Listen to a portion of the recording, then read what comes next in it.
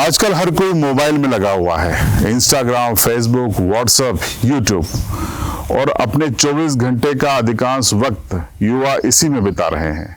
लेकिन ये खबर थोड़ा हट के है। मैं इस समय खड़ा हूँ झाबुआ जिले की राणापुर की श्री राज राजेंद्र जयंत गोपाल गौशाला में।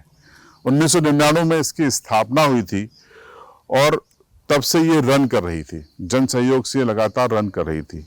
लेकिन फिर दौर आया 2019 में कोरोना का, और इस कोरोना में आपने सबने देखा कितनी मौतें हो रही थी, कितने लोगों के गंभीर होने की खबरें आ रही थी। हर किसी का जानने पहचानने वाला या तो मारा जा रहा था या फिर आईसीयू में जा रहा था।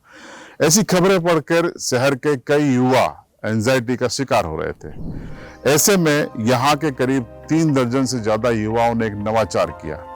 वो इस गौशाला से जुड़े और यहाँ उन्होंने मोबाइल उपवास करना शुरू किया। यानी यहाँ आने के बाद वो अपना मोबाइल बंद करके रख देते थे और सुबह शाम लगातार गायों की सेवा करते थे। बीमार गायों की सेवा करना, उनको चारा खिलाना और नए नए नवाचार करना। और इसके कई फायदे उन्हें हुए, क्योंकि इन 40 युवाओं में से किसी को भी कोरोना काल में कोरोना नहीं हुआ। ये तो हुआ फायदा।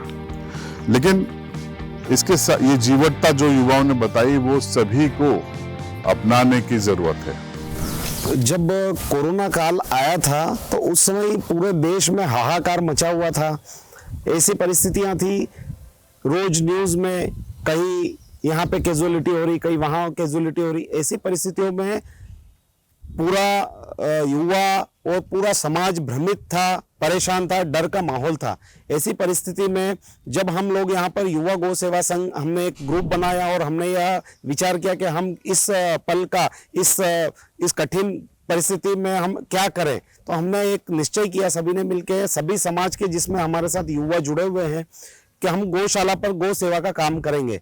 उस परिस्थिति में हम लोगों ने यहाँ पर लगातार वरिष्ठ जनों का सहयोग लेकर, समाज का सहयोग लेकर हमने गौशाला पर नियमित रूप से आना चालू किया। और उसका परिणाम ये रहा कि आज, उस समय परिस्थितियां इतनी विकट थी पर गौ सेवा में हम सब लोग लगे हुए थे, तो हमारी पूरी युवा टीम में से किसी को भी कोविड छू भी नहीं पाया और न ही कोई कैजुअलिटी हुई हमारी युवा टीम में। दूसरा, यहाँ पर हमने 2019 में गौ माता के लिए एक हरी घास का प्रोजेक्ट चालू किया था, जो वर्तमान में भी यथावत है। हम प्रतिदिन गौ माताओं को, जो बीमार, कमजोर और ज्ञापन गौ माता है, उनको गौशाला पे प्रतिदिन हरी घास देते हैं। उसके बाद आज लगभग हमारे पास 300 के लगभग हम पहुंचने वाले हैं। इतनी गौ माताओं की संख्या में वृद्धि भी हुई है। हमारे गौ माताओं के लिए जो भूसे का शेड बनाना था जन सहयोग से, और भी 2-3 शेड यहाँ पर बनकर तैयार हो चुके हैं। और नित्य प्रतिदिन हम गौ माताओं के लिए क्या अच्छा कर सके, उसके लिए सतत प्रयास हमारा जारी है। कोविड काल, कोरोना के दौरान जो युवा, लगभग हर युवा मोबाइल की दुनिया में लगा हुआ था, मोबाइल की दुनिया में उलझा हुआ था। सोशल मीडिया और मीडिया पर इतनी कैजुअलिटी की खबरें आती थी कि लोग भ्रमित हो जाते थे। उसी दौरान हम युवाओं ने एक निश्चय किया कि हम यहाँ पर गौशाला पर आएंगे। अपने मोबाइल हम सब लोग यहाँ पर रख देते थे और सीधे हम सब लोग गौ सेवा में लग जाते थे। इससे हमको 2 फायदे हुए। एक तो मोबाइल पर जो भ्रामक खबरें, कैजुअलिटी की खबरें आती थी जिससे मन व्यथित होता था, वो भी उससे भी हम दूर रहे।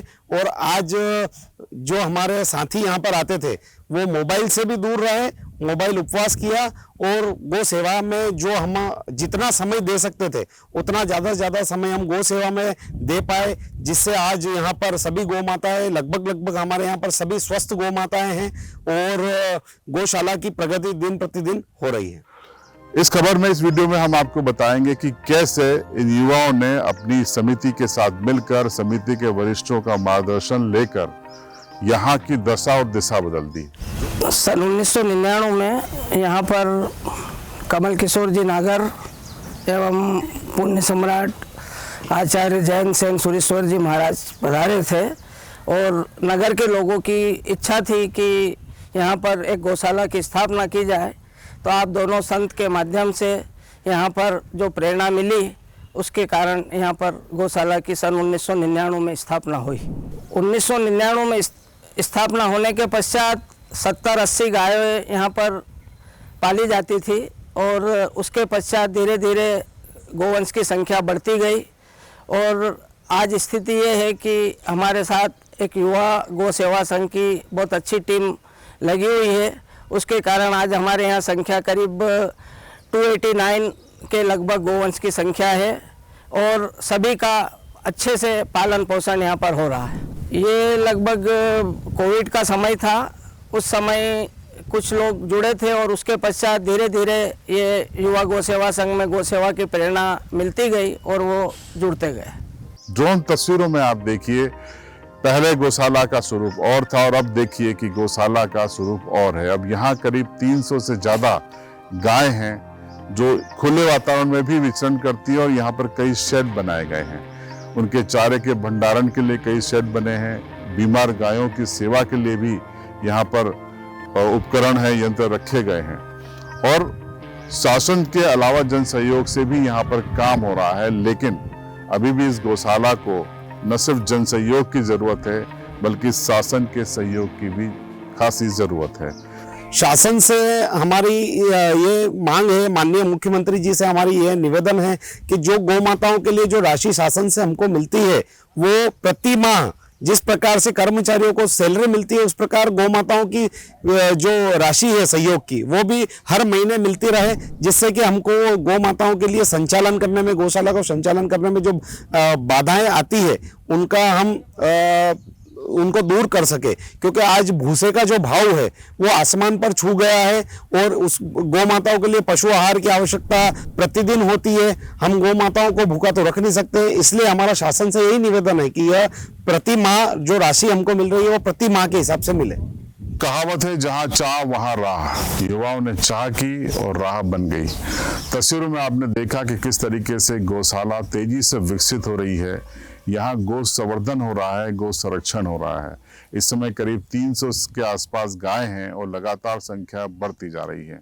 सभी गायें स्वस्थ हैं, हष्ट-पुष्ट हैं और उनके लिए युवा और समिति के लोग 24 घंटे सेवा के लिए तत्पर रहते हैं।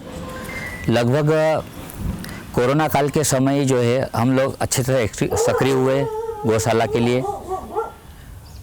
उस समय चारों तरफ ऐसी खबरें चलती थी और टीवी में, मोबाइल में देख के हर समय ऐसा लगता था भय का वातावरण बहुत ज़्यादा अपने चरम पर था।